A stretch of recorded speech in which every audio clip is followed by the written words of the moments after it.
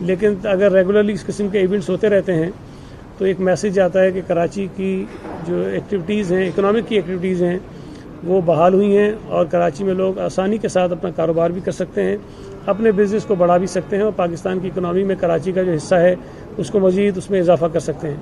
تو میں جو بھی اسپانسرز ہیں یا جو آرگنائزرز ہیں اس ایگزیبیشن کے، میں ان کو مبارکبادی دیتا ہوں، شکریہ بھی ادا کرتا ہوں کہ کراچی میں اس قسم کے وہ ایونٹس کرتے ہیں اور لوگوں کو موقع دیتے ہیں کہ لوگ آسانی سے آئیں اور فرنیچر دیکھیں، ایک ہی جگہ پر تمام اپنی ضروریات کی چیزیں دیکھیں اور اپنی پسند کی جو بھی چیز ہو وہ یہاں سے وہ خرید بھی سکیں، اس کا انتخاب بھی کر سکیں۔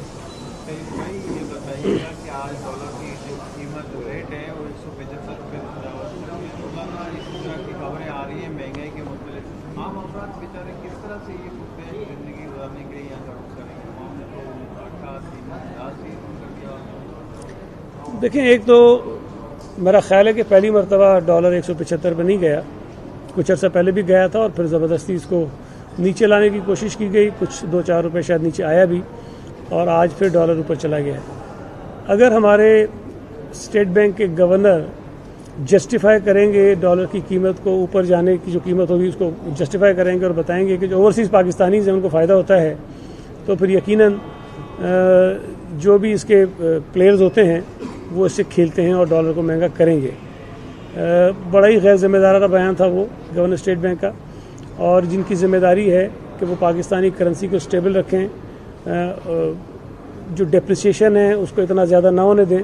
لیکن اگر وہ خود ہی بڑی دلیل کے ساتھ یہ بات بتانے کی کوشش کریں گے کہ اگر ڈالر بڑھتا ہے تو اس کا فائدہ لوگوں کو ہوتا ہے، تو اس کا تو ہمارے پاس کوئی علاج نہیں ہے، لیکن یہ مصیبت پاکستان کے شہریوں کے لیے بنی ہوئی ہے۔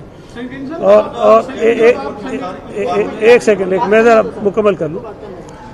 دیکھیں، صرف ڈالر کی قیمت نہیں بڑھی ہے، اس وقت پاکستان میں بجلی کی قیمت ہو، گیس کی قیمت ہو، پیٹرول کی قیمت ہو، ڈیزل کی قیمت ہو، دواؤں کی قیمت ہو، یا ڈالر بھی شامل کر لیں تو یہ پاکستان کی تاریخ میں سب سے مہنگی چیزیں اس وقت ہوئی ہوئی ہیں۔ اور اگر پیٹرول مہنگا ہوگا، ڈیزل مہنگا ہوگا، بجلی مہنگی ہوگی، گیس مہنگی ہوگی، ڈالر مہنگا ہوگا، تو اس کا جو امپیکٹ ہے وہ ہر چیز پر آتا ہے جو ہم اور آپ استعمال کرتے ہیں۔ ابھی تو صبح میں نے ایک اور خبر پڑھی، بڑی بھیانک، جو میں سمجھتا ہوں کہ میں نے تو اپنی زندگی میں کبھی نہیں دیکھا تھا، کہ حکومت پلان کر رہی ہے کہ پاکستان کے جو شہری ہیں، جو ریزیڈینشیل کنزیومرز ہیں سوئی گیس کے، ان کو دن میں 3 مرتبہ گیس دی جائے گی۔ آپ اپنا ناشتہ بنائیے، اس کے بعد گیس بند، اپنا دوپہر کا کھانا بنائیے، اس کے بعد گیس بند، اور اس کے بعد رات کا کھانا بنائیے، پھر گیس بند۔ اس کا مطلب یہ ہے کہ آپ کا گیزر دن بھر نہیں چلے گا۔ آپ اگر جہاں سردی بہت زیادہ ہوتی ہے وہاں ہیٹر لوگ دن بھر نہیں چلا سکتے ہیں، رات کو جو لوگ ہیٹر استعمال کرتے ہیں وہ ہیٹر استعمال نہیں کر سکتے ہیں۔ تو یہ ایک نئی مصیبت ہے جو آنے والے دنوں میں شاید مجھے اور آپ کو جس کا سامنا کرنا پڑے گا۔ میں یہ سمجھتا ہوں کہ اس نالائق نائل حکومت کی جو کارکردگی ہے اس کی وجہ سے اس ملک کا ہر شہری متاثر ہو رہا ہے۔ اور اس وقت بھی جب میں آپ سے بات بھی کر رہا ہوں، میں نے پہلے بھی جگہ کہا تھا، کراچی میں بھی گیس کی بہت شدید قلت ہے اور لوگ بہت مشکل کا سامنا کر رہے ہیں۔ میرے اپنے گھر میں ہم سلنڈر منگا کے جو ہے وہ گزارا کر رہے ہیں، گیس نہیں آ رہی ہے، وہ پچھلے کئی دنوں سے نہیں آ رہی ہے۔ یہ صورتحال پورے شہر میں، کراچی جیسے شہر میں ہے، تو آپ تصور کیجئے کہ جو چھوٹے شہر ہیں، جو چھوٹے ڈسٹرکٹس ہیں، جہاں لوگوں کی آواز اتنی نہیں اٹھتی، وہاں لوگوں کا کیا حشر ہو رہا ہوگا۔ لوڈ شیڈنگ ہو رہی ہے سردی کے دنوں میں بھی، اور گیس کی بھی جو ہے وہ کمی پیدا کی ہوئی ہے۔ جی، اسٹیٹ بینک کی خود مختاری بھی بات کی جا رہی ہے اور یہ کہا جا رہا ہے کہ IMF نے شرط عائد کی ہے کہ آپ کے جو قرضوں کی بحالی کا پروگرام ہے وہ مشروط ہے اسٹیٹ بینک کو بالکل خود مختار بنایا جائے۔ اس بارے میں کیا کہتے ہیں؟ اس حوالے سے جو مجھے ابھی یہ نہیں پتا کہ IMF نے کیا کہا ہے، اس لیے کہ جو معاہدہ یا جو بھی ان کے مذاکرات ہوئے ہیں آفیشلی انہوں نے ابھی تک ڈسکلوز نہیں کی چیزیں، کہ کیا ایگریمنٹ ہو رہا ہے، کیا مذاکرات میں طے ہوا ہے، کسی کو نہیں پتا۔ ہاں، یہ خوشخبری ضرور بتائی تھی وزیر خزانہ نے کہ بجلی مہنگی کریں گے ہم اور پیٹرول کی قیمتیں بڑھائیں گے ہم۔ ہاں، یہ کہہ رہے تھے بڑے فخر سے کہ جی انہوں نے اتنا کہا تھا، وہ ہم نے نہیں مانا، لیکن اس سے کم پہ ہم مان گئے ہیں۔ اب اگر یہ ساری چیزیں سامنے جب آ جائیں گی، IMF کے ساتھ جو مذاکرات ہوئے تب اس پہ بات کر سکتے ہیں۔ لیکن میرا یہ خیال ہے، جو میری انڈرسٹینڈنگ ہے، کہ شاید یہ فیصلہ تو بہت پہلے ہو چکا ہے اور ہمارا جو اسٹیٹ بینک ہے کاغذوں میں وہ خود مختار ہے۔ اب یہ الگ بات ہے کہ حکومت یا حکومتی کچھ ادارے اس کو کسی طرح سے کنٹرول کرتے ہیں، لیکن جو بدقسمتی ہمارے یہاں ہے، میں آپ کو ایک آدھ مثال اور دے دیتا ہوں. آج وہ کرکٹ کا بھی بڑا وہ ذکر ہو رہا ہے کہ سیمی فائنل ہم ہار گئے ہیں. جو پی سی بی کا آئین ہے نا، اس کے تحت پی سی بی بھی خود مختار ہے اور وزیر اعظم یا کوئی اور حکومتی ادارہ اس کے اندر مداخلت نہیں کر سکتا. لیکن سب کو پتہ ہے کہ وزیر اعظم نے اپنی مرضی سے جس کو چاہ پی سی بی کا چیئرمین لگا دیا، جس کو چاہ ہٹا دیا، یہ سب ہو رہا ہے. تو اسی طرح اسٹیٹ بینک کے معاملات میں بھی مداخلت ہو رہی ہوگی. لیکن جہاں تک میری انڈرسٹینڈنگ میں پھر کہہ رہا ہوں، جو مجھے پتہ ہے اسٹیٹ بینک کا ادارہ جو ہے وہ اس وقت بھی انڈیپینڈنٹ ہے. اب مجھے نہیں پتا آئی ایم ایف اور کس قسم کی انڈیپینڈنس اس کی چاہ رہا ہے. تو سر کا پارلیمنٹ کا اجلاس بلانے کا فیصلہ کیا گیا، 2 مہینوں کے ملتوی کیا گیا ہے. سنا ہے کہ اپوزیشن ان کے جو اتحادی ہیں وہ ناراض ہونے کی باعث یہ اجلاس دوبارہ ملتوی کیا گیا ہے. دیکھیں، ایک بات میں ہمیشہ کہتا ہوں کہ اس نالائق نااہل وفاقی حکومت کی جو نااہلیوں کا بوجھ ہے جو پاکستانی عوام کے اوپر پڑ رہا ہے، جس کی وجہ سے لوگوں کی زندگیاں مشکل ہو گئی ہیں، اگر پی ٹی آئی کا یہ بوجھ، نالائکی اور نااہلی کا بوجھ، مہنگائی کا بوجھ، بے روزگاری کا بوجھ ان کے اتحادی اپنے کاندھوں میں اٹھا کے لوگوں کے پاس جا سکتے ہیں تو یہ ان کی ہمت ہے. لیکن ہم نے ماضی میں بھی دیکھا کہ یہ تمام اتحادی تھوڑی بہت آنکھیں دکھاتے ہیں، کوئی وزارت لے لیتا ہے، کوئی اور کوئی کام کرا لیتا ہے، کوئی ڈیولپمنٹ کے فنڈز لے لیتا ہے، اس کے بعد وہ اسی طرح سے کام کرنا شروع کر دیتے ہیں. تو میرا اس مرتبہ بھی یہی اندازہ ہے کہ جو اتحادیوں کی بات آپ کر رہے ہیں وہ تو ان کے ساتھ شاید راضی ہو جائیں گے، لیکن اصل جو چیلنج جو میرا خیال ہے پی ٹی آئی کو with in the P T I ہے. اس لیے کہ پی ٹی آئی کے بہت سارے ارکان ان کے ساتھ نہیں ہیں. ماضی میں بھی کچھ فون آ جاتے تھے، کچھ اشارے ہو جاتے تھے، کچھ دباؤ آ جاتا تھا، وہ اسمبلی کے اجلاس میں چلے جاتے تھے اور نمبرز پورے ہو جاتے تھے. اس مرتبہ شاید یہ ساری کوششیں بھی برابر ثابت نہیں ہو رہی ہیں اور پی ٹی آئی کو یہ یقین تھا کہ اگر انہوں نے پارلیمنٹ کا جوائنٹ سیشن بلایا اور جو کچھ متنازع قسم کی لیجسلیشن وہ کروانا چاہ رہے تھے تاکہ اگلے انتخابات وہ آسانی سے داندھی کے ذریعے جیت سکیں، وہ لیجسلیشن وہاں سے منظور نہیں ہوگی. تو وہ جو وزیر اعظم چند گھنٹے پہلے کہہ رہے تھے کہ آپ جہاد سمجھ کے اسمبلی میں جائیں، پارلیمنٹ میں جائیں، جوائنٹ سیشن میں جائیں، وہ پتہ نہیں کیوں اچانک ان کو خیال آیا کہ اس وقت جہاد کی ضرورت نہیں ہے اور ہم کسی اور وقت جہاد کریں گے. ایک ایک کر کے بلدیاتی انتخابات کروانے کے لیے سندھ حکومت کوئی منصوبہ بندی کر رہی ہے یا کوئی رضامندی کا اظہار کیا جا رہا ہے، تو کیا توقعات ہیں، کب تک یہ ممکن ہے؟ دیکھیں، بلدیاتی انتخابات کروانا ہمارے لیے لازمی ہے. یہ کوئی منصوبہ بندی کی بات نہیں ہے، کوئی ایسی چیز نہیں ہے جو ہم چاہیں تو کرائیں چاہیں تو نہ کرائیں. قانون کے مطابق، آئین کے مطابق بلدیاتی انتخابات ہونے چاہیے. جو ایشو ہے، جو تاخیر ہوئی صوبہ سندھ میں، حالانکہ صوبہ سندھ باقی صوبوں سے اس حوالے سے بہتر ہے کہ ہمارے ہاں بلدیاتی اداروں نے اپنی مدت پوری کی اور مدت پوری ہونے کے بعد وہ واپس چلے گئے. لیکن پنجاب میں انہوں نے جیسے ہی پی ٹی آئی کی حکومت آئی انہوں نے ختم کر دیے. سپریم کورٹ نے 7 مہینے پہلے کہا کہ انہیں بحال کر دو، انہوں نے بحال نہیں کیے. کے پی کے اندر بھی کئی برس گزر گئے، بلوچستان کے اندر بھی کئی برس گزر گئے کہ وہاں انتخابات ہو رہے ہیں، نہ بلدیاتی ادارے کام کر رہے ہیں. لیکن صوبہ سندھ میں ہم نے بروقت ختم کی. لیکن جو تاخیر بھی ہوئی ہے اس کی ذمہ داری سندھ حکومت پر اس لیے نہیں آتی کہ آئین کے مطابق جب مردم شماری ہوتی ہے تو مردم شماری کے بعد نئی ڈیلیمیٹیشن ہونا ضروری، حلقہ بندیاں نئی ہونا ضروری ہیں. جب سینسس متنازع تھے، اس کے اوپر ایشوز تھے اور اس کے اوپر کوئی کنسنسس نہیں بن رہا تھا، صوبے اس کو تسلیم نہیں کر رہے تھے، اس لیے نئی حلقہ بندی نہیں ہو سکتی تھی اور نئی حلقہ بندی نہیں ہوتی تو نئے انتخابات نہیں ہو سکتے. لہٰذا اس وقت بھی پارلیمنٹ کے پاس سندھ حکومت کا یہ کیس پڑا ہوا ہے کہ جب سی سی آئی نے اس متنازع سینسس کو اپروو کیا تو سندھ حکومت نے آئین کے تحت صدر پاکستان کو، اسپیکر اسمبلی کو یہ لکھا کہ آپ جوائنٹ سیشن بلائیے اور اس میں سندھ کا کیس جو ہے آپ رکھیں تاکہ اس پر پارلیمنٹ میں بحث ہو سکے. لیکن ابھی تک وہ کام نہیں ہوا. الیکشن کمیشن یہ کہہ رہا ہے کہ جی آپ جلد از جلد انتخابات کروائیے.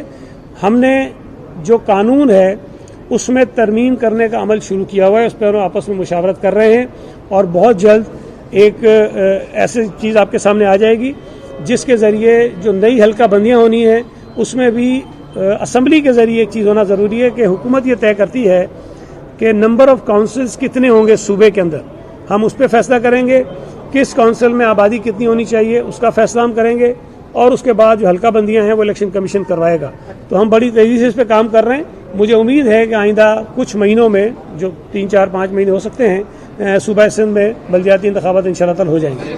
ایک منٹ کفیل، ایک سیکنڈ. ٹھیک ہے، فیڈرل گورنمنٹ نے جو کچھ کیا ہے اس قوم کے ساتھ وہ سب کے سامنے، لیکن پروونشل گورنمنٹ آپ کے خاصی عرصے سے سر آٹا 84 روپے کلو، دودھ والے آپ سے جو ہے وہ میٹنگ کرتے ہیں کمیشن سے اور 2 دن بعد پرائز میں اضافہ کرتے ہیں 140.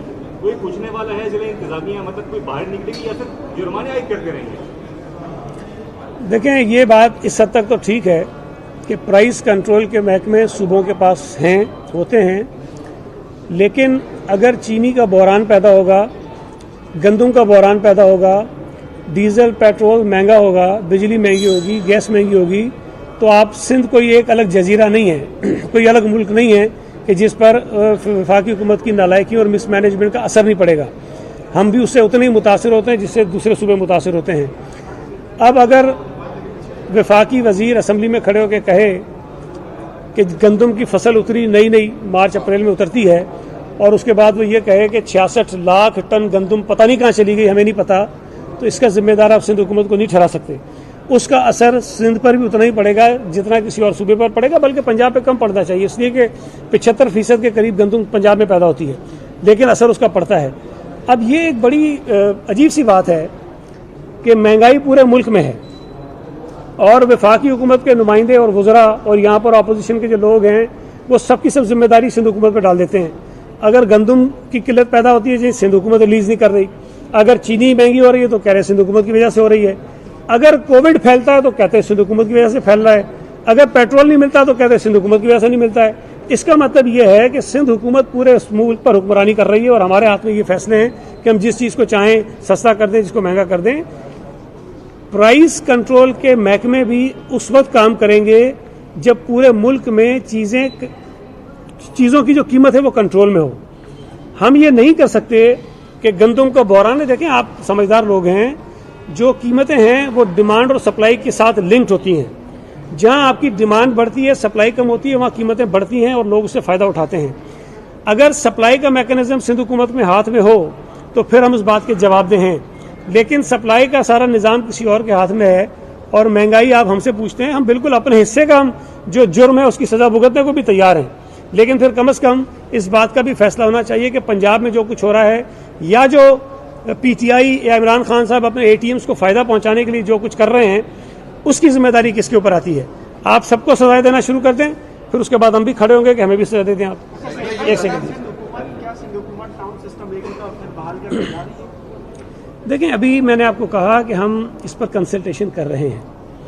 ہماری کوشش یہ ہے کہ جو 2013 کا قانون تھا اس میں جو بہتری کی گنجائش ہے، جس سے ہم بہتر طریقے سے جس سے منتخب بلدیاتی نمائندے بہتر سرو کر سکیں لوگوں کو، وہ ہم تبدیلیاں اس کے اندر کریں. تو ایک تجویز یہ بھی ہے کہ آپ جو ہے وہ ٹاؤنز بحال کر دیں. اس سے تھوڑا سا میں آپ کو سمجھاتا ہوں. تجویز یہ ہے کہ جو ہمارے پاس ڈی ایم سیز ہیں، جو اس وقت پہلے 6 تھیں اب 7 ہو جائیں گی، اس کے نمبرز کو بڑھایا جائے تاکہ ڈی سینٹرائزیشن ہو اور یونٹ ہمارے چھوٹے ہو جائیں. تو ابھی کوئی چیز فائنل نہیں ہوئی ہے، مختلف تجاویز ہیں، اس پر ہم بات کر رہے ہیں اور جو چیز سامنے آئے گی اس کو ظاہر ہے کہ ہم پبلک کے لیے اناؤنس بھی کریں گے اور الیکشن کمیشن کو بھی بھیجیں گے. یہ بتا دیجیے گا یہ شوگر کا جو میٹر ہے سندھ میں کتنی شوگر ملز نے کرشنگ شروع کر دی ہے اور کب سے کام کا آغاز ہو رہا ہے اور چینی کی کرشنگ کا سلسلہ کب سے شروع ہو رہا ہے؟ دیکھیں، سندھ حکومت نے جو تاریخ رکھی تھی کرشنگ کی وہ 15 نومبر ہے، اور میں یہ بات بتا دوں کہ 15 نومبر کا مطلب یہ ہے کہ 15 نومبر تک تمام شوگر ملز کو کرشنگ شروع کر دینی ہے. وہ آغاز کی تاریخ نہیں ہے، وہ تمام کرشنگ شروع کر دینے کی تاریخ ہے. کتنوں نے شروع کر دی ہے میں ایگزیکٹلی مجھے آج کا نہیں پتا، لیکن ایک آدھ دن پہلے تک 2 شوگر ملز نے کرشنگ جو ہے وہ شروع کر دی تھی. اچھا، اس میں بھی ایک بڑی عجیب سی بات میں نے سنی کہ جی وہ کہہ رہے تھے تاخیر ہو گئی. پچھلے سال صوبہ سندھ میں 28 یا 29 نومبر کو کرشنگ شروع ہوئی تھی. تو یہ جو کہہ رہے ہیں کہ جی اکتوبر میں ہونی چاہیے تھی اور نہیں ہوئی، یہ غلط بات ہے. اکتوبر کی تاریخ جو ہے وہ ہمارا ایک قانون ہے، اس میں لکھی ہوئی ہے کہ اکتوبر سے شروع ہو جائے گی، لیکن پچھلے کوئی 20-25 سالوں میں کسی ایک سال میں بھی اکتوبر میں کرشنگ شروع نہیں ہوئی ہے. اس کی مختلف وجوہات ہو سکتی ہیں، لیکن اس مرتبہ ہم نے پچھلے سال کے مقابلے میں 2 ہفتے پہلے جو ہے وہ کرشنگ کی تاریخ رکھی ہے اور وہ شروع ہو جائے گی. ہم پر جو یہ الزام لگاتے ہیں کہ جی ہم کسی وجہ سے کرشنگ شروع نہیں کرنے دے رہے، اور عمران خان صاحب نے تو عجیب بات کر دی تھی، ہم اس کا سوال بھی پوچھ رہے ہیں کہ جی 3 شوگر ملوں نے کرشنگ شروع کر دی تھی اور سندھ حکومت نے اس کو رکوا دیا. ہم یہ پوچھ رہے ہیں کہ وہ کون سی 3 شوگر ملیں تھیں اور کس نے بند کروایا. ہمیں یہ پتہ چلے کہ اگر کسی نے زبردستی ان ملوں پر دباؤ ڈال کے بند کروایا تاکہ ہم ان کے خلاف کارروائی کر سکیں. مجھے یہ بات بڑی دکھ کے ساتھ کہنی پڑتی ہے کہ ہمارا وزیر اعظم ہمیشہ اتنی غیر ذمہ دارانہ بات کرتا ہے. اب آپ تصور کریں کہ انہوں نے کہا کیا ہے، سنیں تو صرف وزیر اعظم کہہ رہا ہے کہ جی جب چینی کی قیمتیں میں بڑھی، مطلب 150 سے 160 ہو گئی، تو میں نے پوچھا کہ یہ کیوں ہو رہا ہے. تو ان کو کسی نے بتایا کہ جی سندھ میں 3 شوگر ملوں نے کرشنگ شروع کر دی تھی، حکومت نے بند کروا دیا، اس لیے جو یہ 160 پہ چلی گئی. مطلب اس سے بڑی مذاق خیز کی بات ہو سکتی ہے؟ اور اگر سندھ میں بند ہو گئی تھی تو پنجاب میں کیوں نہیں ہو رہی، KPK کے اندر کیوں نہیں ہو رہی؟ صوبہ سندھ میں شوگر جو پیدا ہوتی ہے وہ 25-30% ہوگی میرا خیال ہے جو پاکستان میں اس کی پروڈکشن ہے. میں نے اسے بتایا تھا کہ ہمارے یہاں 15 لاکھ کچھ ٹن ہوتی ہے، پنجاب میں 37 لاکھ ٹن ہوتی ہے، ہم سے دگنے سے بھی زیادہ ہوتی ہے، اور KPK میں بھی ہوتی ہے. تو اگر زیادہ شوگر کہیں اور پیدا ہو رہی ہے اور بحران پیدا ہو رہا ہے تو سندھ حکومت ذمہ دار ہے. انہوں نے ایک اور بات بھی کہی، بار بار ان کے نالائق وزیر کہتے ہیں، وہ ترجمان کہتے ہیں کہ جی آصف زرداری صاحب کی شوگر ملیں ہیں. میں پھر کہہ رہا ہوں کہ آصف علی زرداری صاحب کی ایک شوگر مل نہیں ہے، ایک بھی نہیں ہے. دوسرا، اومنی گروپ کے جس کو یہ ہم سے نقی کر دیتے ہیں، اومنی گروپ کی جتنی شوگر ملیں ہیں ان کے اکاؤنٹ بند ہیں، وہ تو پروڈکشن کر ہی نہیں اتنی جتنی ان کی کیپیسٹی ہے. تو صوبہ سندھ میں جو بڑی شوگر ملیں ہیں جن کے پاس پروڈکشن کیپیسٹی زیادہ ہے وہ PTI کے رہنماؤں کی ہیں یا ان کے اتحادیوں کی ہیں. Thank you G.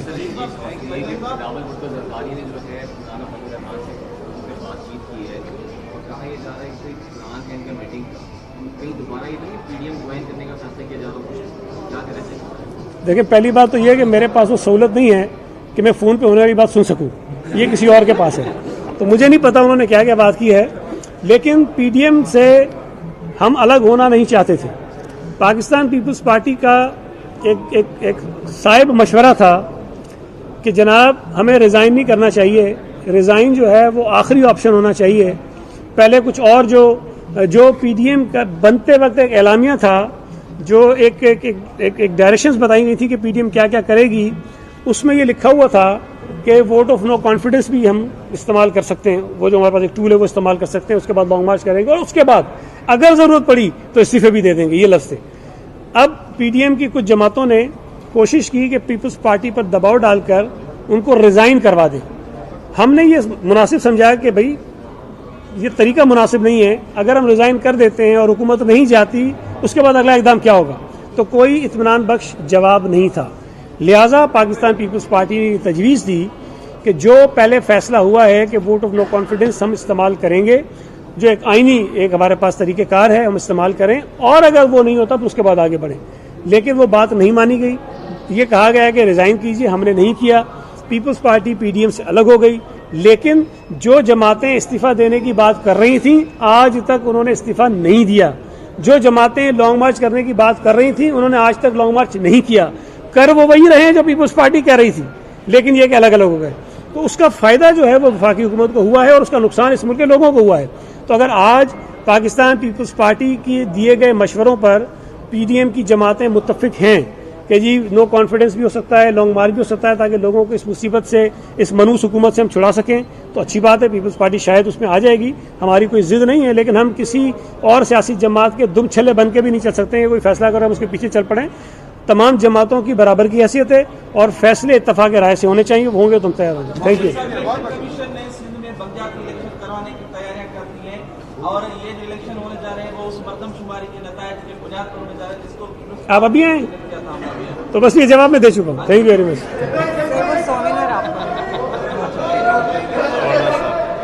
Thank you so much sir.